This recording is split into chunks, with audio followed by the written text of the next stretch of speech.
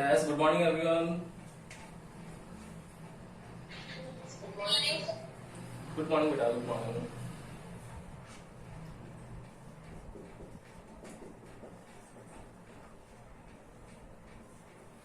हमारा चैप्टर चला था chapter number 9 mechanical properties of solids. ठीक है, इस चैप्टर में हम लोगों ने स्टार्टिंग की थी elastic nature and plastic nature से.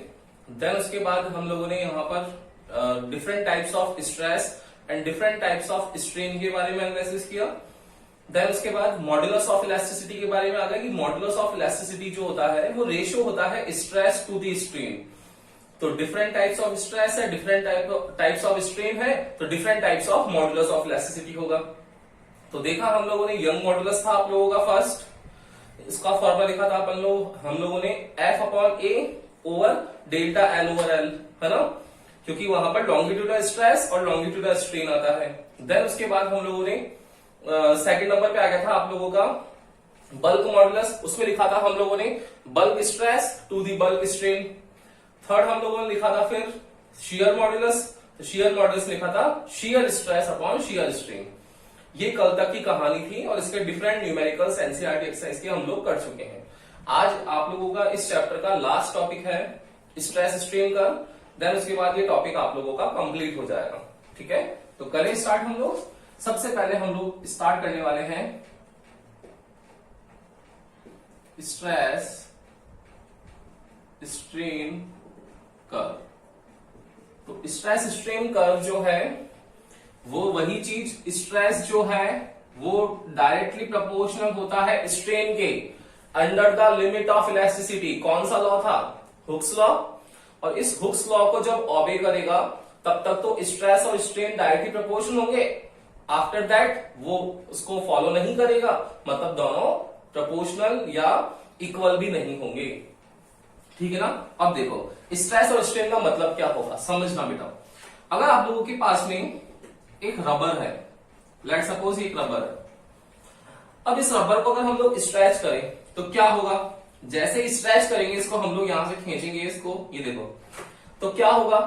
एक लिमिट तक तो ये स्ट्रेच होगा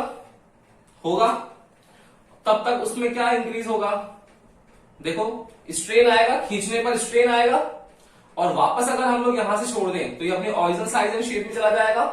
इस रेंज के लिए स्ट्रेस और स्ट्रेन एक दूसरे के डायरेक्टली प्रोपोर्शनल होंगे कि जितना हम लोग खींच रहे हैं उसको वापस छोड़ने पर उसकी ओरिजिनल फॉर्म में पहुंच रहा है, मतलब वापस उतना ही स्ट्रेस फोर्स लग रहा है.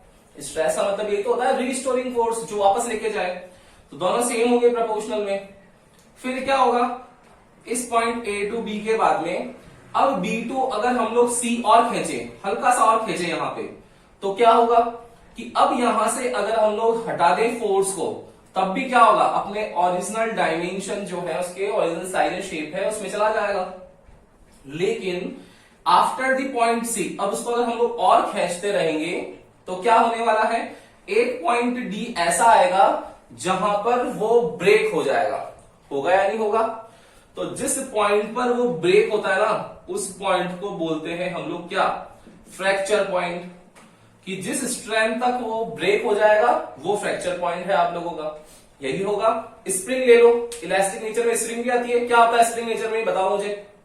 सेम कहानी. स्प्रिंग को अगर हम लोग स्ट्रेच करेंगे तो पहले क्या हो रहा है? स्ट्रेन इंक्रीज हो रहा है, फिर छोड़ देंगे तो वापस अपनी ओरिजिनल साइज एंड शेप में चली जाएगी. फिर अगर हम लोग उस पर्टिकुलर पॉइंट के बाद में after the limit of elasticity अगर हम लोग उसको और स्ट्रेच करेंगे माइन्यूट सा B to C वाला, तब भी वो अपने ओरिजिनल डायमेंशन में जाने के लिए कैपेबल है. But after the point C अगर हम लोग उसको स्ट्रेच करेंगे तो वो स्ट्रेच होता ही जाएगा. अब अपने ओरिजिनल डायमेंशन में वो नहीं पहुंच पाएगा और एक पॉइंट ऐसा आएगा जहां पर आकर के वो ब्रेक हो जाएगा, जिसको फ्रैक्चर पॉइंट बोल सकते हैं. क्या आप लोगों को इस चीज समझ में आई क्या? यस और नो बोलो. क्लियर है यहां तक? अब इसी चीज को हम लोग कर्व की फॉर्म में रिप्रेजेंट करना चाहते हैं कि अगर कोई आप लोगों के पास में ऐसा मटेरियल हो, इलास्टिक मटेरियल, जिसके लिए आप लोगों को कर्व ड्रॉ करना हो, तो उसके लिए हम लोग स्ट्रेस स्ट्रेन कर्व को ड्रॉ कर सकते हैं. तो दिमाग में आएगा कि सर डिफरेंट डिफरेंट मटेरियल्स के लिए डिफरेंट डिफरेंट मॉडुलस होता है, तो क्या stress strain curve different different materials का डिफरेंट डिफरेंट होगा क्या? बिल्कुल होगा। जितने भी मटेरियल थे आप लोगों ने टेबल देखी थी, मैंने आप लोगों को न्यूमेरिकल करवाए, तो आप लोगों ने क्या एनालिसिस किया कि उसमें स्टील के लिए यंग मॉड्यूलस, बल्क मॉड्यूलस और शीयर मॉड्यूलस डिफरेंट है। कॉपर है उसके लिए भी तीनों मॉड्यूलस डिफरेंट है। कोई सा भी ले लो, एल्यूमिनियम ले लो, ग्लास स्लैब ले लो, ठीक है, एयर ले लो, डिफरेंट डिफरेंट मटेरियल्स ले डिफरेंट डिफरेंट मॉड्यूलस है। दैट मीन्स मॉड्यूलस क्या है, स्ट्रेस और स्ट्रेन का रेशियो ही तो है। तो जब स्ट्रेस और स्ट्रेन का रेशियो हर बार डिफरेंट आ रहा है, दैट मीन्स वो कर्व भी तो डिफरेंट होगा, होगा ना। तो यहां पर स्ट्रेस स्ट्रेन कर्व के लिए ये ध्यान रखने वाली बात है कि एक आप लोग ऐसा स्टैंडर्ड कर्व बना दो जो हर जगह अप्लाई हो सके। उसी कर्व को यहां पर आप लोगों की एनसीईआरटी बुक में भी ड्रॉ कर रखा है, मैं भी ड्रॉ कर रहा हूं।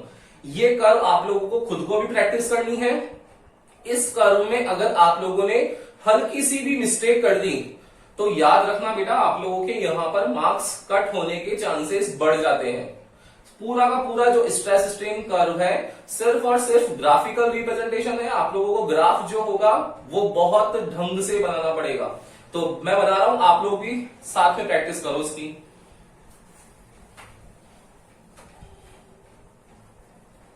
देखो स्ट्रेस स्ट्रेन कर्व बनाते हैं।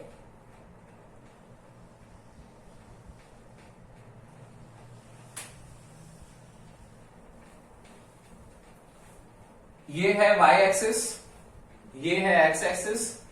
हम लोगों ने यहां पर ऑन दी y एक्सिस ले रखा है stress and on the x axis हम लोगों ने ले रखा है यहां पर स्ट्रेन। क्या होगा इनिशियली, क्या होगा बताओ। ग्राफ स्ट्रेस और स्ट्रेन का ग्राफ है। तो अभी अभी देखा हम लोगों ने, स्ट्रेस जो होता है वो डायरेक्टली प्रोपोर्शनल होता है स्ट्रेन के। तो जब डायरेक्टली प्रोपोर्शनल होता है तो ग्राफ कैसा आता है, स्ट्रेट लाइन। तो क्यों ना यहां से ग्राफ जो स्टार्ट होना चाहिए हमारा वो स्ट्रेट लाइन होना चाहिए। देखो ये स्ट्रेट लाइन स्टार्ट हो गया, यहां तक कोई दिक्कत ही नहीं होगी किसी को। अब देखना ये O2 A की लिमिट है और ये कौन सी लिमिट है, प्रोपोर्शनल लिमिट है। इसको क्या बोलते हैं, प्रोपोर्शनल लिमिट। और इसके अंदर क्या होता है, ओबेज हुक्स लॉ। ये ओबे करता है हुक्स लॉ को, यही होगा। क्लियर।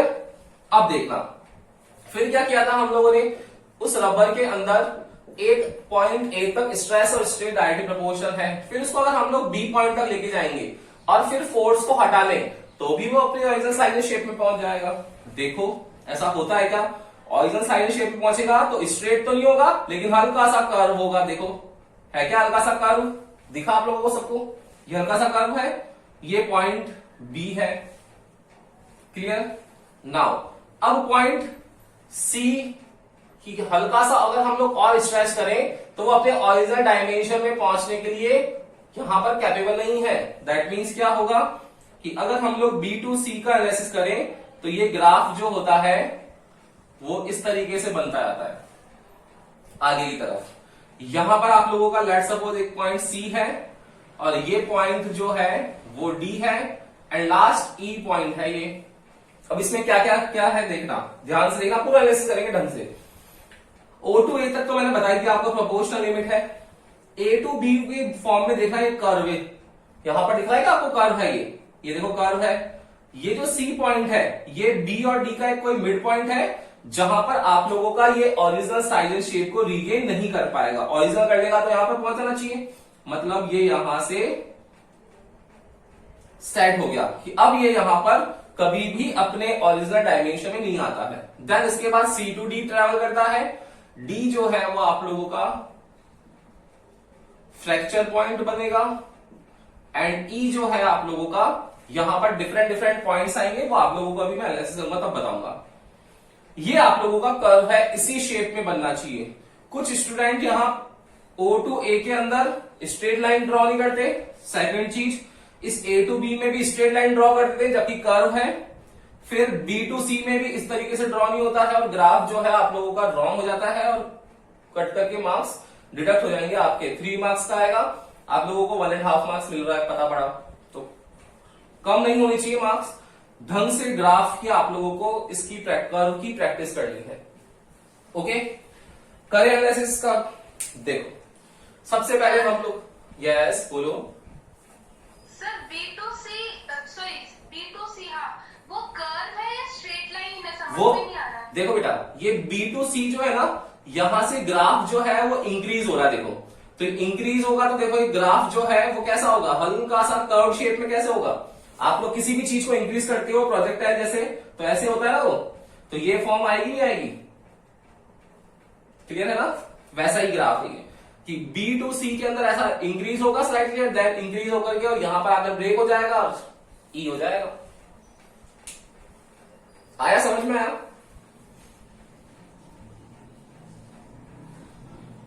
बोलो सबको समझ में आ गई ना ये कर्व वाली चीज। किसी को ऐसा तो नहीं कोई डाउट है कि सर कैसे फॉर्मेशन होगा इसका? सब जने प्रैक्टिस करनी है बेटा आप लोगों को सबको, है ना। कौन कौन स्टूडेंट्स करेक्ट है अभी? आरुषि, भाविन, हिरण्या, जयवर्धन, नेहा, रानू, सबको प्रैक्टिस करनी है इसकी। सिद्धि, ठीक है ना? ओके अब देखो, अब हम लोग इसको एनालिसिस करते हैं, इसके डिफरेंट डिफरेंट पॉइंट्स लिखते हैं। सबसे पहले हम लोग चल रहे हैं फर्स्ट पॉइंट, फ्रॉम, ये फ्रॉम कहां है? O to A, ये फ्रॉम O to A। क्या होगा बेटा फ्रॉम O to A के अंदर? देखो इनिशियली क्या होगा कि कोई भी इलास्टिक सब्सटेंस है वो इनिशियली क्या करने वाला है? स्ट्रेट लाइन है, दैट मींस स्ट्रेस और स्ट्रेन को फॉलो करने वाला है, क्लियर है ना। तो फ्रॉम O to A में क्या लिखेंगे हम लोग? द इलास्टिक सब्सटेंस,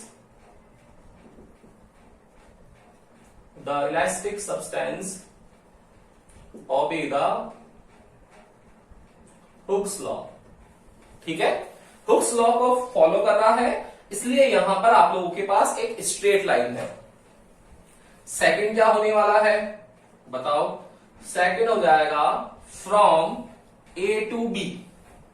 नाउ ये फ्रॉम A to B वाली कंडीशन। अब A to B में क्या होगा? A to B में क्या होने वाला है? वही डायग्राम ड्रॉ कर लो एक बार कि अगर आप लोगों के पास में रबर है तो A पे प्रेजेंट है, इसको अगर हम लोग हल्का सा क्या करें? स्ट्रेच करें तो इस यहां पर फोर्स हटाने पर अपने ओरिजिनल साइलेंट शेप में वो चला जाता है। देखना क्या होगा, ये जो पॉइंट B है, ये पॉइंट B, तो इसके बारे में क्या लिखेंगे हम लोग? फ्रॉम A to B में after the point A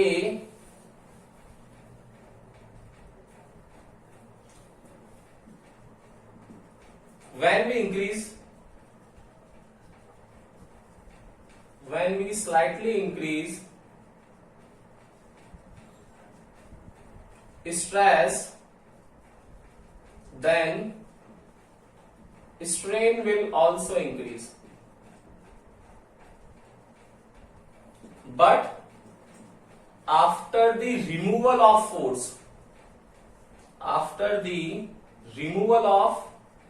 force, या फिर stress, it regain its original dimension। देखो क्लियरली लिख दिया मैंने यहां पर आप लोगों के पास क्या कि after the point A when we slightly increase stress, देखना स्ट्रेस यहां पर है A पर, ये पॉइंट, तो देखो यहां से A से B तक चले गए तो स्ट्रेस की वैल्यू इंक्रीज हुई या नहीं हुई? यहां से A to B में स्ट्रेस की वैल्यू इंक्रीज हो गई, तो स्ट्रेस की वैल्यू इंक्रीज हुई तो A पॉइंट के पर्सपेक्टिव में B भी तो इंक्रीज हुआ यहां पर, ये भी तो इंक्रीज हुआ। मतलब स्ट्रेस जैसे बढ़ा स्ट्रेन भी बढ़ गया, यही चीज लिखिए। When we slightly increase stress, then strain will also increase. But after the point B, अगर हम लोग पॉइंट B के बाद में यहां पर स्ट्रेस फोर्स को हटा लें तो ये वापस अपने ओरिजिनल साइलेंट शेप में आ जाता है। But after the removal of force और स्ट्रेस, देखो स्ट्रेस को हटा लिया तो ये अपने ओरिजिनल साइलेंट शेप में आ जाएगा। क्लियर है यहां तक? कोई दिक्कत इसमें? बोलो नहीं है ना? तो B से A तक वापस आ सकता है। तो ये जो पॉइंट B है ना, ये इसकी मैक्सिमम लिमिट हुई, और मैक्सिमम है मतलब उसकी स्ट्रेंथ है उस मटेरियल की कि वो एक मैक्सिमम लिमिट तक उसको फोर्स लगाने पर वो स्ट्रेच कर रहे हैं तो उतना टॉलरेट कर पा रहा है। तो ये इसकी पॉइंट B की जो वैल्यू होती है, इस पॉइंट B को बोलते हैं यहां पर यील्ड पॉइंट। कौन सा पॉइंट? यील्ड। यील्ड आप लोगों को पता है लास्ट की जो चीज है उसके लिए यूज कर रहे हैं हम लोग कि लास्ट पॉइंट तक, और उसके पर्सपेक्टिव जो स्ट्रेस है वही स्ट्रेस आप लोगों का यहां कहलाता है यील्ड स्ट्रेंथ। ठीक है, यील्ड स्ट्रेंथ इसकी लास्ट वाली ताकत है कि जब तक वो स्ट्रेच और स्ट्रेच फोर्स लगाने से स्ट्रेस और स्ट्रेन की जो प्रॉपर्टी है उसको रिप्रेजेंट कर रहा है। ये पॉइंट बी तक है। अब क्या होगा, फिर है एनालिसिस बी टू डी का। तो थर्ड एनालिसिस कर रहे हैं हम लोग फ्रॉम बी टू डी। देखना बी टू डी में देखना क्या होगा, after point B small increment in stress force after point B small increment in stress force gives large value of strain. After point B, small increment in stress force, क्या लिखा है यहां पर?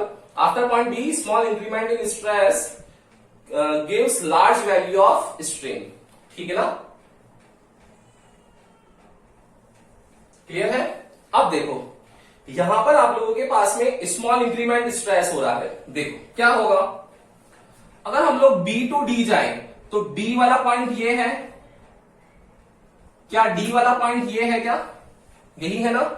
तो बी टू डी के अंदर ये देखो स्ट्रेस है, तो स्ट्रेस कितना इंक्रीज किया आप लोगों ने? यहां पर ये लिमिट है स्ट्रेस की, कम इंक्रीज किया है, बट स्ट्रेस देखो कितना इंक्रीज, स्ट्रेन कितना इंक्रीज हो गया यहां से लेकर के यहां तक। बताओ लार्जर चेंज हुआ है नहीं हुआ? हुआ ना, डेफिनेटली हुआ है।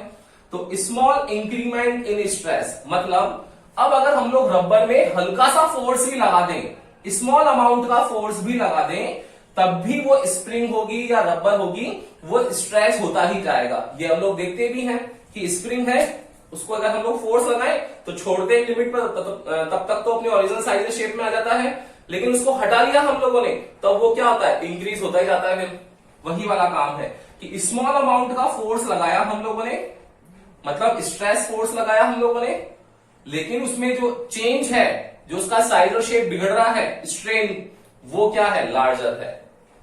क्लियर? बट एक पॉइंट मिड पॉइंट, एक पॉइंट बोल सकते हैं, मिड पॉइंट नहीं, एक पॉइंट सी ऐसा आता है जहां पर अगर हम लोग उस स्ट्रेस फोर्स को हटा भी ले तब भी वो यहां से वो इंक्रीज होता ही जाएगा। मतलब अब यहां पर उस फोर्स का कोई भी मतलब नहीं निकल रहा है। तो क्या लिखने वाले? After the point B small increment in stress gives large value of strain at a point C, at a point C it will convert in plastic material. मतलब यहां से यहां तक ये जो नेचर शो कर रहा है वो कौन सा नेचर शो कर रहा है? Plastic nature. क्लियर? अब हम लोग बात करेंगे किसकी? लास्ट पॉइंट डी टू ई की। तो देखो बी टू डी हो गया, अब डी टू ई वाला पॉइंट हम लोग कंसिडर कर रहे हैं। तो डी टू ई में क्या होगा देखना, फोर्थ है फ्रॉम डी टू ई। अब देखो डी टू ई वाली कंडीशन में क्या होगा बेटा कि यहां पॉइंट डी के बाद में अगर हम लोग हल्का सा भी फोर्स लगा दें, आफ्टर द पॉइंट डी क्या हो रहा है? देखो डी टू ई में बताओ स्ट्रेस की फोर्स कम करा गया हम लोगों ने, स्ट्रेस फोर्स कम कर दिया ना। देखो डी टू ई में फोर्स कम हुआ है, ये याद रखना, इंक्रीज नहीं हुआ है, इंक्रीज तो स्ट्रेन हुआ है। देखो फोर्स तो क्या हुआ है, यहां से डी टू ई में आने पर स्ट्रेस फोर्स की वैल्यू तो कम हुई है और स्ट्रेन अब भी बढ़ रहा है, मतलब वो साइज जो है उसका डिफॉर्म हो गया, वो अब बिगड़ता ही जाएगा। तो आफ्टर द पॉइंट डी क्या होगा? स्ट्रेस फोर्स की वैल्यू कम कर दें, after the point D when we minimize the value of stress but strain will be continuously increased. Okay, therefore at point D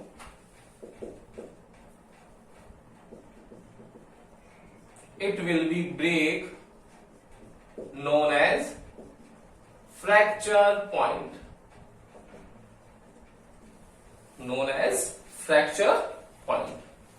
तो ये आप लोगों को क्लियर हो गया होगा। अब बताओ अगर कोई दिक्कत है किसी को भी यहां तक तो बोलो बेटा, कोई भी किसी को भी दिक्कत है किसी भी स्टूडेंट को तो बता दो एक बार, बोलो यस और नो, समझ में आ गया? क्लियर ना?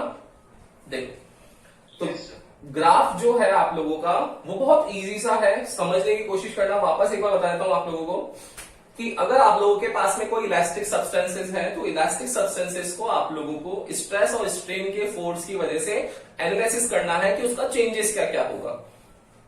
तो O टू A के बीच में हम लोग चेंज कर रहे हैं कि अगर आप लोगों ने कोई भी इलास्टिक सब्सटेंस है उसके अंदर आप लोगों ने स्ट्रेस फोर्स लगाया है तो उसमें स्ट्रेन भी इंक्रीज होता है, मतलब दोनों प्रोपोर्शनल लिमिट में है और हुक्स लॉ को ऑबे करते हैं। ए तक पहुंच गए।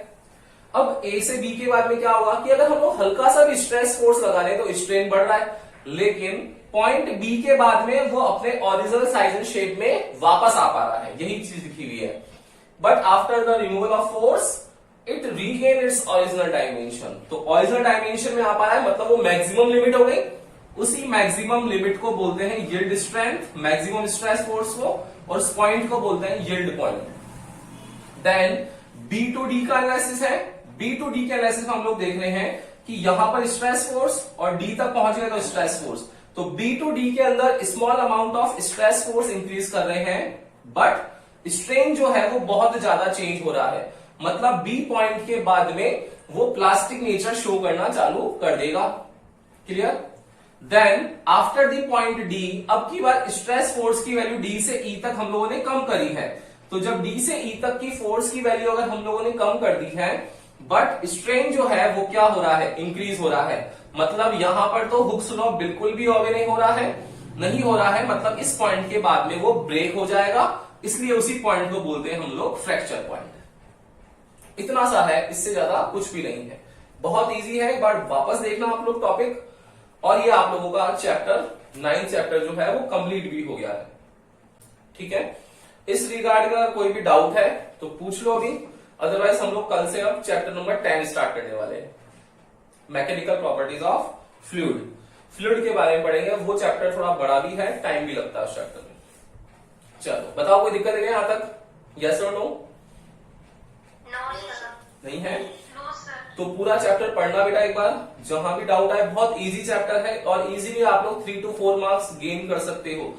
मोस्ट प्रोबेबली यहाँ पर क्वेश्चन आने के चांसेस जो हैं आप लोगों के, वो फर्स्ट क्वेश्चन कोई सी भी स्कूल हो, कोई सा भी पैटर्न हो, चाहे वो पैटर्न गवर्नमेंट का हो, चाहे स्कूल जो खुद फॉर्मेट करती है वो हो, हर बार यहां से क्वेश्चन जो होते हैं इस चैप्टर से वो फिक्स आने वाले हैं। क्या आता है क्वेश्चन? फर्स्ट क्वेश्चन आता है आप लोगों का यही topic, stress strain curve, 3 marks के अंदर।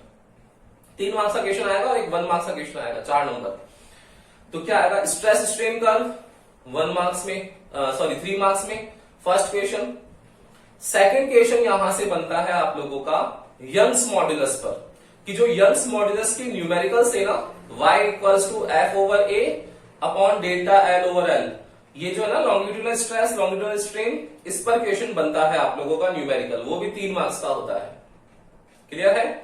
उसके साथ में फिर 1 मार्क्स के अंदर क्वेश्चन और ऐड हो जाते हैं कि Young's modulus of steel is greater than Young's modulus of rubber, एक ये भी कॉन्सेप्ट आ जाता है वहां पर। तो 3 क्वेश्चंस उसके, और लास्ट जो क्वेश्चन बनता है फोर्थ, वो बन जाता है बल्क मॉड्यूलस और शियर मॉड्यूलस के कॉन्सेप्ट पर, जिसमें से भी इंपॉर्टेंट आप लोगों का बल्क मॉड्यूलस है। शियर मॉड्यूलस ओनली 1% चांस है कि न्यूमेरिकल आएगा आपका, ये मान के चलना।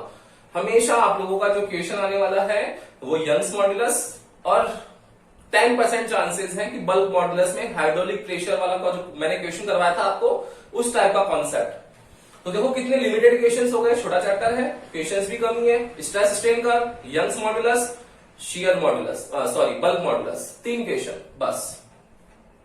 कर लोगे ना इतना प्रिपेयर? तो बहुत इजी है, अच्छे से करना, पूरा वीडियो देखना। अगर फिर भी डाउट आए तो पूछना मुझसे कल की क्लास में आकर के। अदरवाइज हम लोग कल चैप्टर नंबर 10 स्टार्ट करेंगे, mechanical properties of fluids. Okay, good day.